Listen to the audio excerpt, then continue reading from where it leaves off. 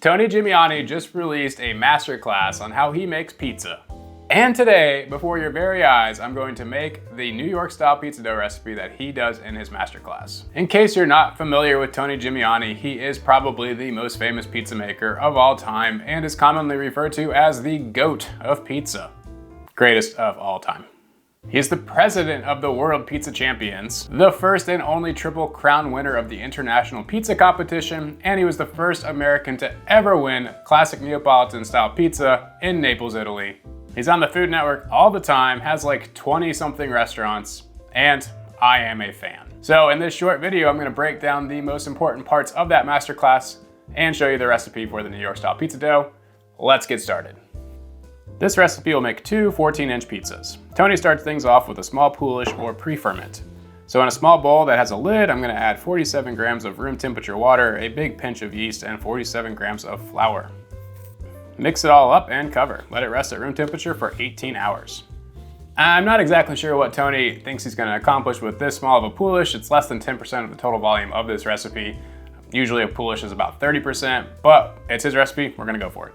Okay, the next day I'm gonna get my stand mixer bowl out and I'm gonna add 453 grams of high gluten, high protein flour.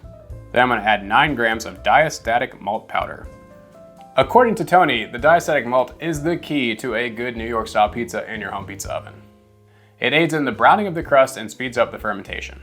Mix that up. Okay, now we need to hydrate our yeasty boys. In a small bowl, I'll add 70 grams of warm water and 4.5 grams of yeast and stir it up.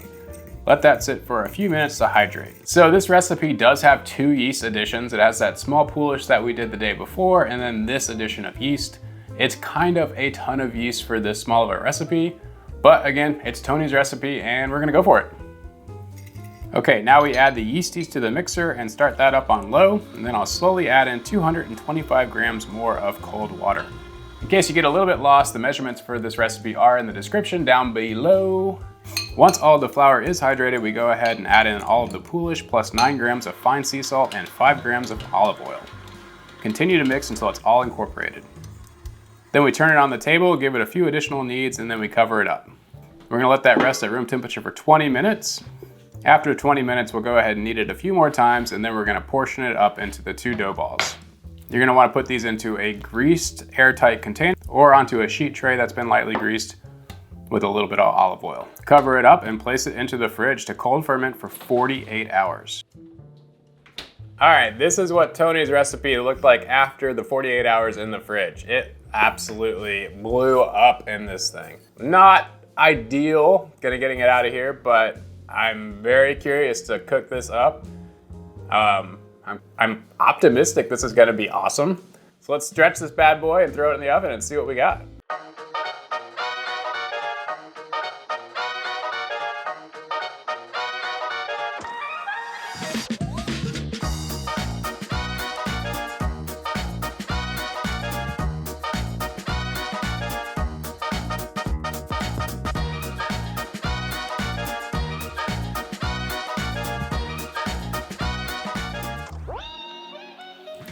Okay, this is a taste test of Tony's recipe.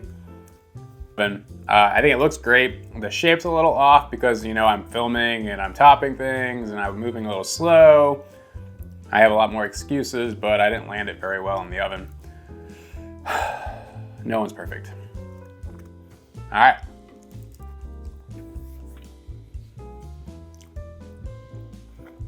Oh yeah.